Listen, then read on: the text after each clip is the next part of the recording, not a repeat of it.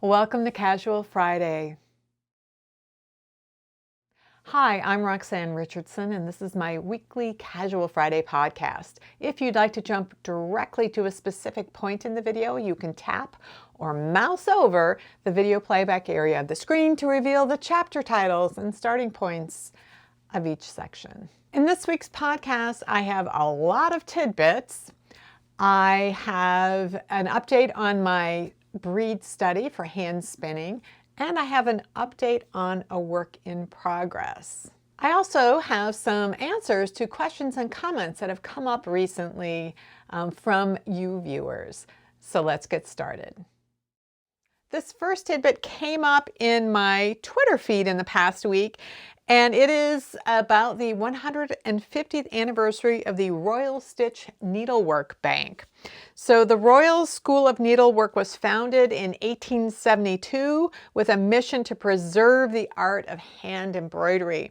So to mark its 150th anniversary, they are launching the Royal Stitch Needlework Stitch Bank to continue this mission. It aims to digitally conserve and showcase the wide variety of the world's embroidery stitches and the ways in which they have been used in different cultures and times. So it's really fascinating. You can see all of these different images of different embroidery stitches on their website. So I'm going to leave a link to that down in the show notes.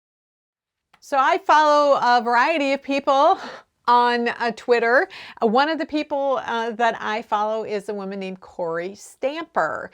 She used to work for Merriam-Webster writing dictionaries. Now she writes books about dictionaries, and she's a funny writer. She's an excellent writer, and I love reading her tweet. She's also a knitter. So she's even had knitting patterns published in Knitty. Years ago she did that. And once in a while I'll see she'll post a picture of herself in some group, and I'll see that she's wearing a hand knit sweater. Like, woo, I know she made that, or somebody she knows made that. Primarily she's focused on language and words. Well, this week she tweeted out a quote from somebody who had commented on her Twitter profile, which said, "Boo, I followed you for language knowledge, not this woke lib nonsense." So her response was, "Fine, let's talk about bloomers. You may know that the word bloomers is an eponym taken from the name of a women's rights activist of the 1800s, Amelia Bloomer." And that was tweet number 1 of 19 in this thread. Well, she goes through the history of bloomers and how they became associated with Amelia Bloomer, and how eponyms don't always refer to the person who originated something, but they do get associated with that person. And she talked about this particular style of dress, these bloomers, and how they were related to women's suffrage movement, and then how Bloomer then tried to distance the wearing of those garments from the suffrage movement because they were detracting from what her mission was, which was to get women the vote. But I'm going to leave a link down to that thread in the show notes. I think it was really interesting. I remember when I was first starting this long-term project I have of knitting a sweater from each decade, that I did a lot of reading about sweaters in the late 19th century because they were originally athletic garments. And I came across a lot of articles about the rational dress movement, which was, bloomers were a part of that. The idea of helping women be able to not have all of the heavy skirts that could get caught in things, and what would be more practical attire for different activities. This next tidbit came up in my Twitter feed, and it's also a long thread. It's from Hilary Davidson, who's the author of Dress in the Age of Austen. So she is also a dress historian. She was retweeting a sort of a thank you from yet another dress historian, Sally Tuckett, who was probably the very first dress historian that I started following on Twitter. What Sally was doing, she had come across a dress that she was trying to date, trying to figure out what time period it was from, and she thought maybe it was a Regency era dress. And Hilary Davidson, who's an expert on Regency dress, helped to confirm that that's what it was. And then this really long thread on how historians can go about dating when a particular clothing item was originally made, and they look at where the seams are placed and what the clothing is lined with and all sorts of things. And I thought it was really interesting because, you know, apart from being a knitter, that is related to clothing and fashion and what people were wearing and why they were wearing it. So I also subscribe to a number of channels of people who do historical dressmaking, either for cosplay or because they're actually trying to replicate the exact techniques that were used in a given time period. And so those people also oftentimes are really pinpointing when something would have been made, and they can tell that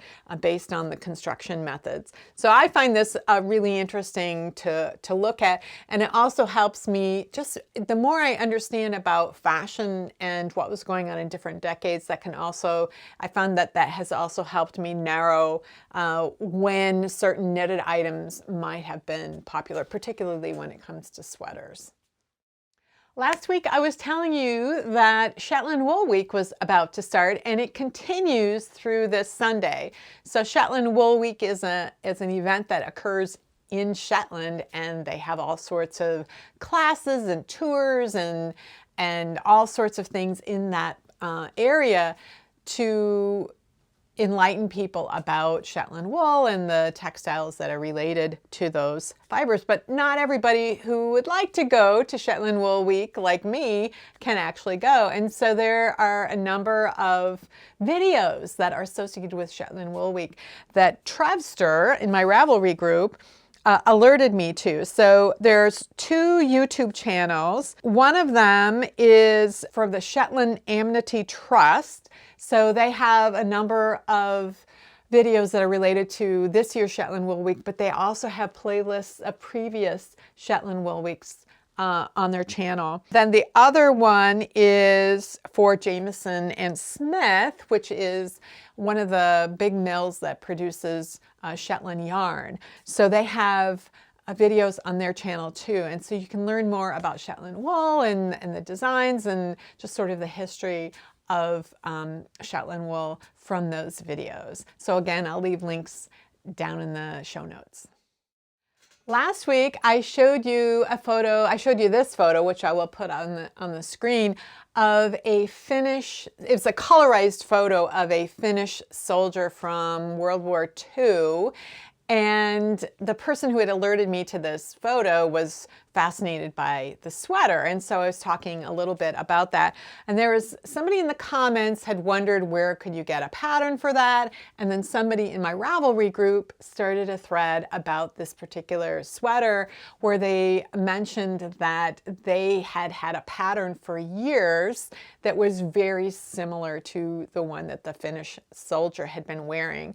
And it was produced by Leisure Arts, and it was a reprint of a sweater that was very popular in the 1940s that has basically the exact same construction as the sweater that the Finnish soldier was wearing. The difference being that the Leisure Arts sweater had, we would call it in the US, a turtleneck. I think in the UK they call it a polo neck, but it still has the garter stitch on the shoulders. So if you wanted it to look like the Finnish soldier's sweater, you just leave off that ribbed neck at the end. So it's all knit. The body's knit in one piece, starting at the bottom of either the front or the back, going up to the shoulders and then back down again, and then the sleeves are done after that. So the person who said they had this Leisure Arts pamphlet said that they used it many, many times, and then they finally laminated it because it got so ragged. And then another person said that pattern is available on the Leisure Arts website for 50 cents as a digital download. So if you were really entranced by that sweater, it's pretty simple construction, but it did have some interesting details that we don't typically see in contemporary sweaters. So if that was something that really interested you, and you just even wanted to read the pattern to see how it was constructed, you can get that pattern for only 50 cents, and I'll leave a link down below. So this tidbit came to me from Xanabob on Ravelry, and it's a link that I will leave down in the show notes to a Japanese artist, a ceramics artist. And they had done this huge group of ceramic pieces that were clothing items, including some that were knitted items. And it's so hard to believe when you see these photographs that these are ceramic because they look so real. I think the artist used a real piece of clothing as the basis for the ceramic piece that they made. So they were copying what they were actually seeing. Just really, really incredible. So again, I will leave a link to that down in the show notes. This is a tidbit that comes in two parts that are related to each other. The first one came from Dorothy, and it's a link to a news article about the unveiling of a statue in Halifax, Nova Scotia, which is on the east coast of Canada. And the statues are of three women who were war volunteers in World War II, and one of them is a knitter. So it's representing what women did during the war to volunteer towards the war effort, and includes this woman who is knitting.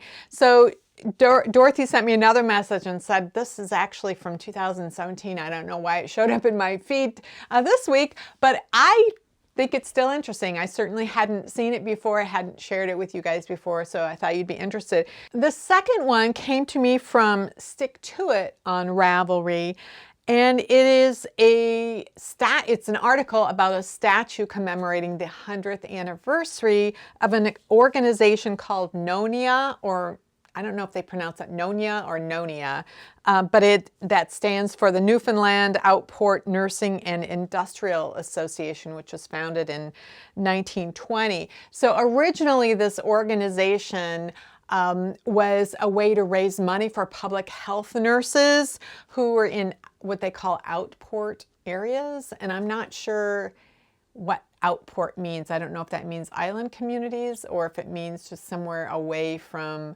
the port, but maybe inland. I'm not really 100% sure. And then later, as the government took over public health, it became a way for these knitters to earn income for themselves. So originally they were volunteering to knit in order to sell these items to raise money for public health nurses.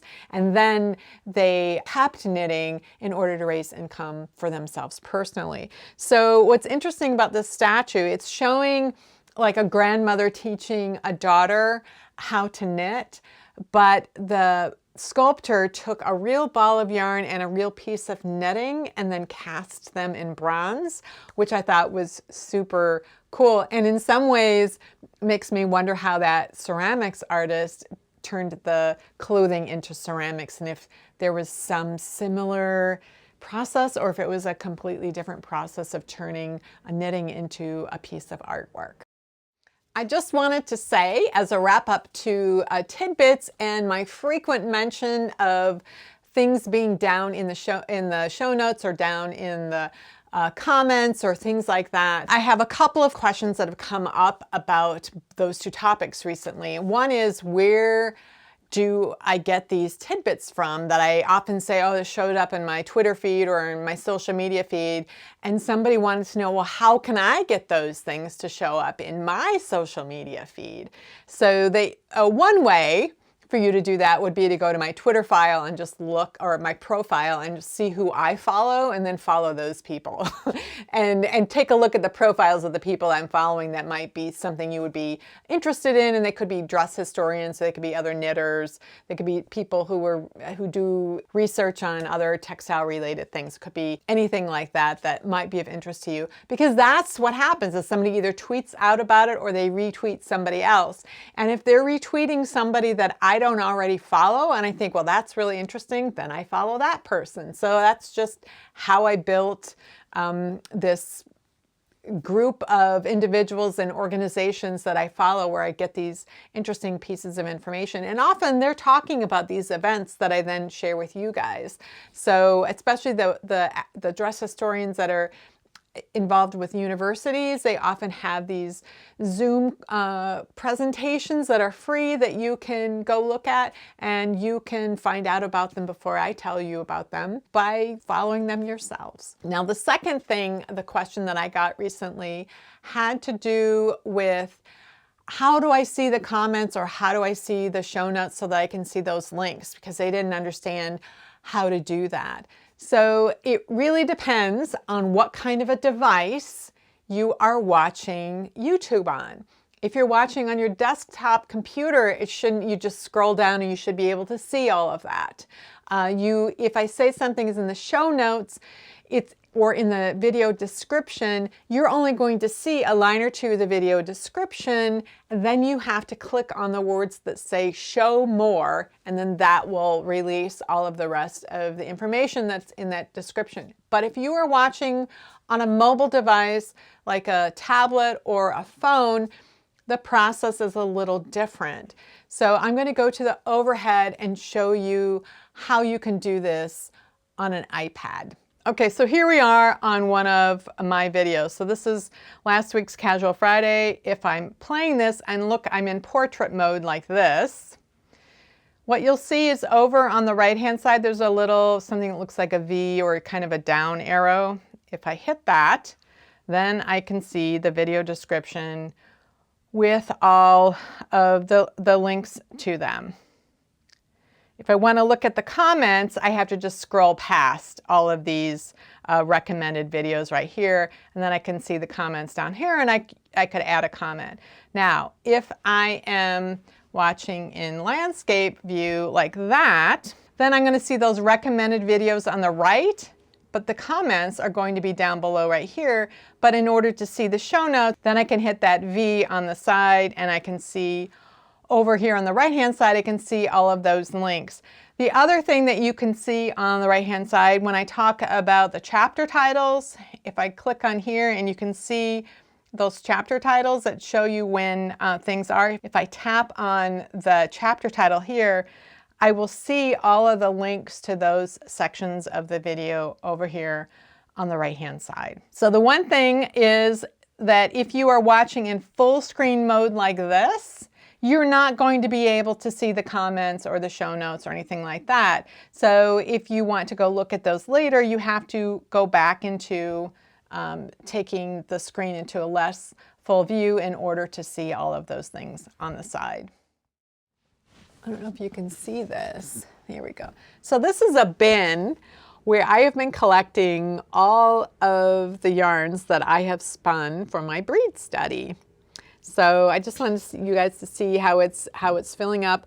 This week I did, it's a 30 breed study, 1 ounce of each of the breeds, and I'm doing them in alphabetical order. And so this week it was Shetland, which is kind of cool because it's Shetland Wool Week. This was interesting because it was very easy to spin. The past few yarns that I have spun, wools I've spun, have been very easy to spin. I'm not so crazy about my finished yarn, and I don't know if it's just that I didn't spin my singles very evenly, or if it's underplied, or I'm just being super picky. It could be a combination of those things. It actually feels really nice. So we'll see what happens when I knit with it. I'm not going to be knitting with these until I'm done with the study, till I get all 30 yarns done. And then I'm going to be doing some kind of a swatch type of thing where I knit swatches and then seam them together, possibly. That was my original idea, so that I could create like a reference blanket. I may or may not do that. I wanted to wait because I have different ideas as I progress through this. But one of the things that I really enjoyed about this is really understanding more about these breeds and the qualities that I've heard about that different wool breeds have that I didn't really understand. So as I've been learning about the different qualities of different wool breeds, I've been comparing that to some of the yarns that I've been using lately. So this year I've been doing a lot of toe-up socks in order to just see if I like it or if I can at least not hate it, because I really prefer cuff down. But some of the sock yarns that I've been using are ones that are really new to me. And they have different fiber blends or properties that aren't what I'm used to. So this is a sock that I use for Technique Tuesday, where I was demonstrating how you can reinforce your socks, like if they don't have nylon in them and you want to sort of reinforce them, because nylon usually adds durability, and if you don't have nylon, then your socks are probably going to wear out faster. And for some people, even when they do have nylon, they just are hard on their socks and they wear out, and so they maybe want to reinforce them. A lot of different ways to reinforce things. This is just one way. It's sort of like what you do when you're darning a sock with a weaving type of process, only you're doing it without holes. You're doing it on fabric that's completely whole. I was just looking at some of the yarns that I have been knitting with and that I plan to knit with, and I've been comparing them to other sock yarns. So this is one of my favorites, is Regia. They have a 10-year guarantee on their sock yarn. The socks I've knit with Regia just wear like iron. I mean, that is kind of the point. And this kind of a sock yarn is usually 75% wool, 25% nylon. They don't typically tell you what kind of wool it is. Some brands do allow you to figure out where your wool came from. I think it might be Lang Jowl or Javol. I don't know how they pronounce it. They have a way of using a QR code to figure out that, oh, it's Corriedale that was raised in South America or something like that. But most of the time, all you know is that it's a superwash wool with 25% nylon. That means it's going to be machine washable and it's going to last a long time. So that's very handy. So I made some socks from Gauge Dye Works earlier this year, which are these solar system socks. So this is like a striping pattern that represents the solar system. That's the sun, and then you've got Mercury, Venus, Earth, Mars, Saturn, etc. And I thought it was really cool. So I bought some more of their yarn, and theirs is, let's see, what is the content? So they call this merino twist fingering. Well, merino is not particularly durable, but there's 80% of superwash merino and 20% nylon. So they have this, the way that this is spun is it's got 8 strands. It's a 4-ply. Each of the plies has 2 strands in it. And so I think the idea is that it's really firmly twisted, and so maybe you need less nylon. So even though you have maybe a not so durable wool, maybe it's made more durable by the way that this is spun. I don't know. That's what I'm speculating. Then I have this yarn. This is from Ba Yarns, Brenda and Heather. And this yarn is, they call it their Targheel base. So it's Targhee, and it's 90% superwash Targhee and 10% nylon. So this has less nylon content. So I looked up to see what the qualities of Targhee are. And this is an American breed. It's like, it was developed in the American West, and it's got Rambouillet in its, which is French merino, in its background, but it also has some long wools in as part of its breeding. One of the long wools that typically get bred in with some of these soft wools to make sort of a durable but soft wool is Lincoln. So I pulled my Lincoln out of my breed study, and I'm like, oh, I remember this. It was very long. I think it might be the longest wool breed that there is. There's no stretch to it. It's very long, and it's very hard wearing. So in a sock yarn, you want these long wools, and you want something that's twisted so that it's going to be durable. And so when they create these new breeds that include Lincoln long wool in with something that's finer and softer, you combine these qualities to get something that might be more hard wearing than you would get otherwise. So this is another sock that I knit this summer, toe up, and this is 100% Polworth. Now Polworth was developed starting with merino and then crossing it with Lincoln. And then crossing it again with merino. So when they started out, they started out with a sheep that was 3/4 merino and 1/4 Lincoln. So this yarn, I remember when I bought this in Santa Fe, I saw that it was 100% Polworth, and it's not superwash, so this has to be hand washed. So hopefully I'll remember that. And I asked about, oh, there's no nylon. She said, oh, no, it should be strong enough. It should hold up pretty well. So I think because of the characteristics of Lincoln that are incorporated into this yarn, that perhaps it should be sturdier. This is one that I did reinforce. You can kind of see I used a high contrast yarn in order to reinforce the heels. So what I'm going to do here is when I make the matching sock to this, I'm not going to reinforce it.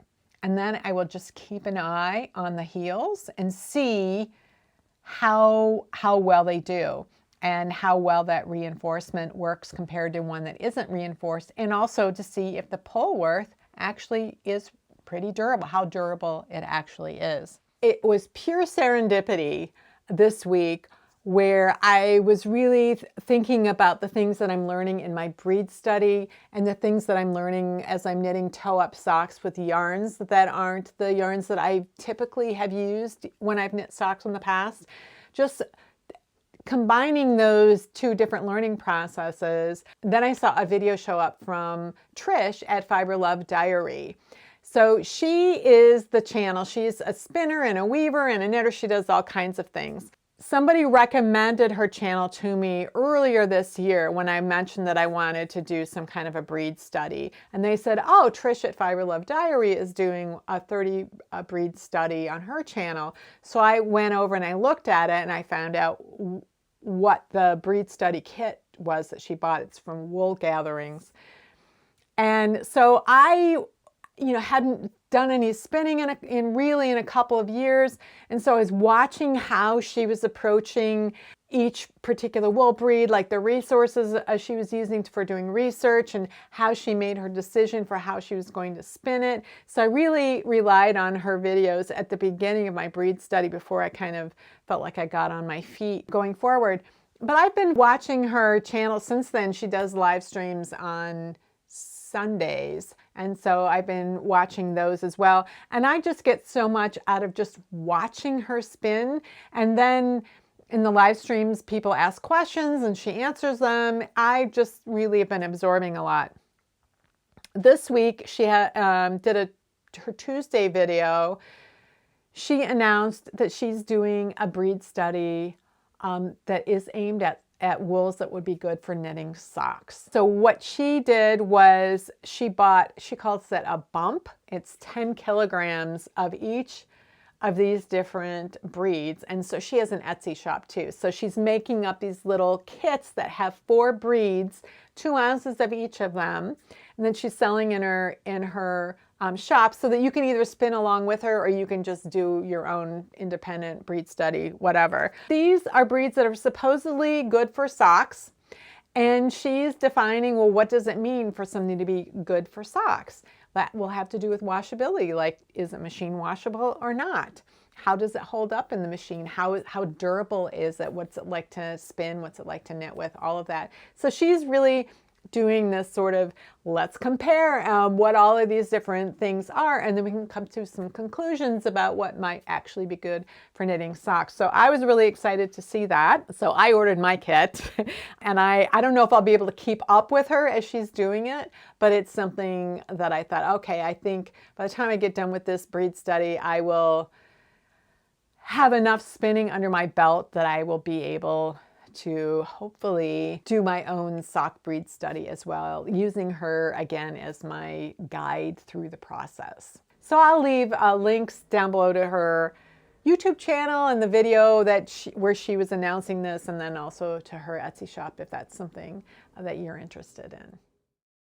So this blue sweater here might look familiar to some of you. This is the 1960s vintage sweater that I think I started it in March. And then I took like a month break from it, and then I was working on it in I think May and June. And this is not a difficult sweater to knit because it's mostly stockinette, but it was not the most interesting sweater. And normally I wouldn't want something that was just this much plain solid color stockinette, but when I saw this pattern, I was so intrigued by this yoke that I really wanted to understand how to do that. And also I had bought, this is vintage yarn, I had bought several vintage knitting kits from the 1960s and early 70s. This yarn is actually from an early 70s kit. This sweater is from a 60s kit. I was so tickled that I'd be able to use a vintage yarn in one of my vintage sweaters. And I thought, well, this is very, very 60s. I'm going to knit this. And the other neat thing about this and all three of the kits that I bought is that they came with coordinating wool fabric to make a matching skirt. So last spring I was kind of working on my sewing skills. I hadn't sewn in a while, and I was learning how to draft a skirt pattern. So I will be doing the skirt sometime this fall that goes with this particular sweater. But I brought it out a couple of weeks ago to start piecing it together because it's all knit in pieces and needs to be seamed. And I didn't like how my seams were going along this yoke, and I couldn't figure out what I was doing wrong.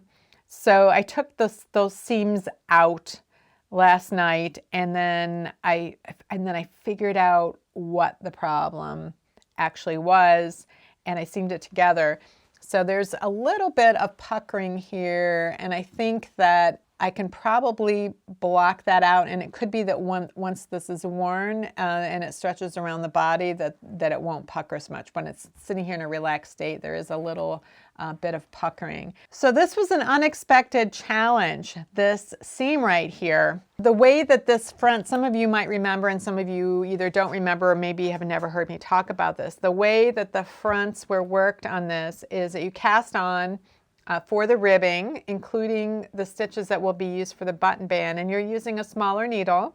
When you finish working the ribbing, you switch to a larger needle for the stockinette. That's very common in sweaters, but you put these stitches on hold. So you're only knitting the stockinette portion all the way up. When you get to the underarm, you begin doing the shaping that forms this part of the yoke right here. And this is something that this is the reason I knit the sweater, was because I wanted to see how all of this worked. You bind up a few stitches at the underarm, and you have this underarm shaping. It's very similar to a raglan decrease line along there where it's every right side row, but it ends at this point. You're not doing that. You're not extending this diagonal line all the way up to the neck. You extend it to the point where you want the underarm or the body to go up straight to meet the shoulder. So this is angling at one rate right here, and then you're angling this edge at a different rate, and this edge is decreased all the way up to the very top until you have eliminated all of the stitches. You might have 2 stitches left at the very top. So the way that this is done is you figure out, well, how deep you want your armhole. How deep do you want that? Well, how many rows is that given your row gauge? And then you have a certain number of stitches that you start with. Some of them are getting eliminated at the underarm. But everything else from here and then from here are getting eliminated at a rate that is kind of unusual. It's 2 stitches for every 3 rows. So if you have 6 rows is your repeat, at the end at row 1 you eliminate a stitch, row 2 you eliminate a stitch, row 3 you work all of the stitches, row 4 and 5 you eliminate a stitch, row 6 you do not. And so that's how you, over the course of all of these rows, you eliminate all these stitches at a very regular rate. Once that is done, you come back down to where these button band stitches are waiting for you, and you return to the smaller needle, and then you knit the button band all the way up until it's long enough till you get to the corner where the decreases start. And so it's being knit separately, that this has to be seamed together later on. So, but you have this button band, and then you have to start making it wider. And so you're making it wider at the same rate that you made this one narrower. So every 3 rows of this knit 1 purl 1 pattern, you increase 2 stitches. So at the end of row 1, you do a knit front back. At the beginning of row 2, you do a knit front back. Row 3, you just work all of the stitches. Rows 4 and 5, you do a knit front back. And row 6, you just knit plain. So you are creating the increases in the edge stitch, where with this, you are doing the decreases in stitches 3 and 4 from the edge, so that you have 2 plain stitches that can create that nice defined line right here. So the challenge that I was having when I was seaming this together was I was thinking, oh, I increase and decrease at the same rate. It'll be easy to just match everything up as I seam. But the problem is that what I had to match up was the base of a column of knit stitches with the edge of the stockinette stitch.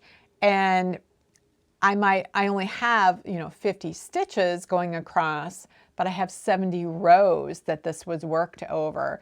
What I was trying to do was match up a column of knits with 1 stitch over here, and then the column of purls with a stitch over here, and that was not the right way to match things up because of the number of rows I'd worked. So it was really kind of tricky to see what I was doing.